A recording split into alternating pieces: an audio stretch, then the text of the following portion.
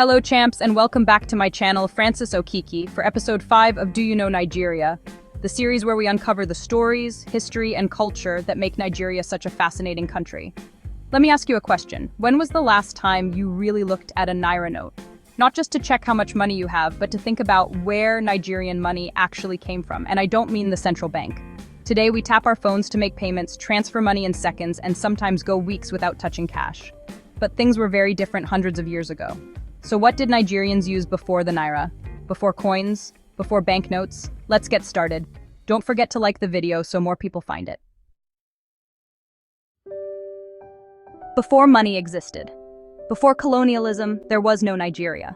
Imagine living in a village hundreds of years ago. You grow yams, but you need fish. The fisherman has fish, but he wants palm oil. So you have to find someone with palm oil who needs yams before you can get your fish. Sounds complicated, right? Well, that's because people traded through a system called barter, or as we say in Nigeria, trade by barter. Instead of using money, people exchanged goods directly. A farmer could trade crops for livestock. A hunter might exchange animal skins for food. A craftsman could trade tools for clothing. The system worked, but only up to a point. As communities grew larger and trade became more active, barter became inconvenient. People needed something that everyone, irrespective of kingdom, would accept as payment. And that's where our story really begins. When cowrie shells were money. For many centuries, one of the most common forms of money in what is now Nigeria was something you might find on a beach. Cowrie shells. These small, shiny shells arrived in West Africa through international trade networks and gradually became one of the most trusted forms of currency. Today they look like, no they are, decorations. Back then, they were serious money. They were durable, lightweight, and hard to counterfeit. People used cowries to buy food, pay for services, settle debts, and conduct trade across communities. In some places, wealth was literally measured by how many cowrie shells a person owned. Large transactions required thousands of shells. Imagine carrying your life savings around in bags of shells. As strange as that sounds today, cowries were practical for their time. They were durable, recognizable, and difficult to fake. For generations, they helped keep trade moving across many parts of Nigeria. If you were alive then, would you have gone sea diving for some cowrie shells? Money came in different forms. Now here's something many people don't know. Cowries weren't the only form of money used in pre-colonial Nigeria. Different regions often had their own systems. Among the Igbo, a popular form of currency was the manilla. Manillas were horseshoe-shaped brass or copper bracelets that served as money. Yes, bracelets were once used to buy things. In some areas, people traded with copper rods, iron bars, beads, cloth, and even salt. The important thing wasn't what the item looked like. What mattered was that people agreed it had value. Across northern Nigeria, trade routes connected cities like Kano and Katsina to North Africa. Through these networks, various coins and currencies entered local markets. Long before modern banks existed, Nigerians had already developed sophisticated trading systems that connected communities both near and far. The arrival of the British. Everything began to change during the 19th century as British influence and colonialism expanded across the region. The British wanted a more organized monetary system that would make trade, taxation, and administration easier. At first, traditional currencies and British coins existed side by side. People continued using cowries and manillas while colonial coins slowly entered circulation. But over time, the colonial government pushed for a single currency system. Traditional currencies that had served communities for centuries gradually disappeared from everyday use. A new era had begun. The age of pounds, shillings, and pence. In the early 20th century, Nigeria, now in existence, became part of a shared colonial currency system managed by the West African Currency Board. This introduced the West African pound.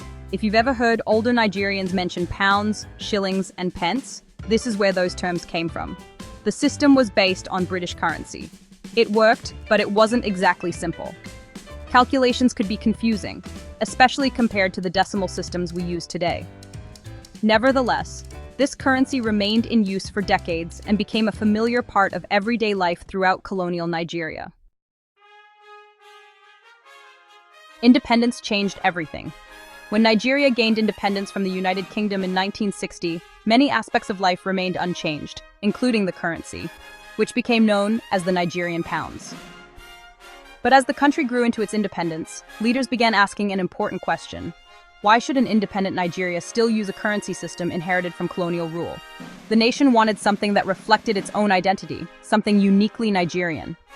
And so plans began for a brand new currency. The birth of the Naira. Then came a historic moment. On January 1st, 1973, Nigeria officially introduced the Naira by then head of state, General Yakubu Gowon. The Nigerian pound was retired, and the country embraced a decimal currency system. 1 Naira would equal 100 kobo.